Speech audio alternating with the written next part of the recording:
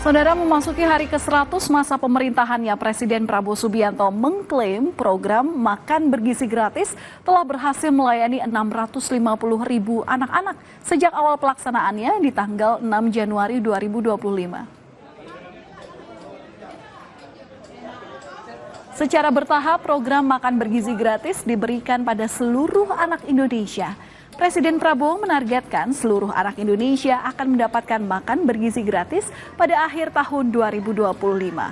Dengan program makan bergizi gratis ini juga diharapkan bisa ikut berperan serta dalam meningkatkan kemampuan akademis anak-anak Indonesia.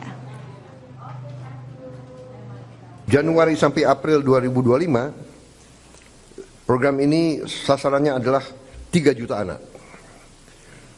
Bulan April sampai Agustus 2025 akan menuju 6 juta anak.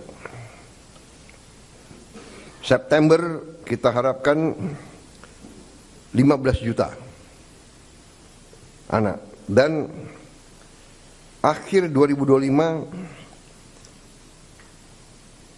target kita adalah semua anak-anak Indonesia bisa dapat makanan bergizi.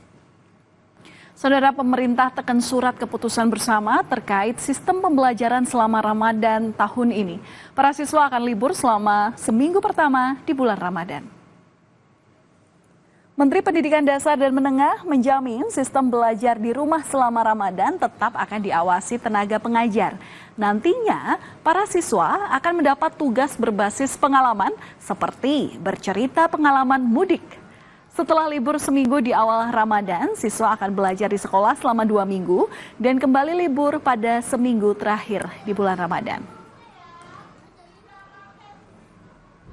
Minggu pertama itu pembelajaran di rumah, kemudian 2 minggu pembelajaran di sekolah, kemudian minggu akhir Ramadan pembelajaran di rumah lagi sambil mudik dan kegiatan-kegiatan yang lain. Jadi mereka tetap saja walaupun tidak pembelajaran di sekolah, tetap ada kegiatan-kegiatan terstruktur yang dikoordinasikan oleh guru. Hingga selama mereka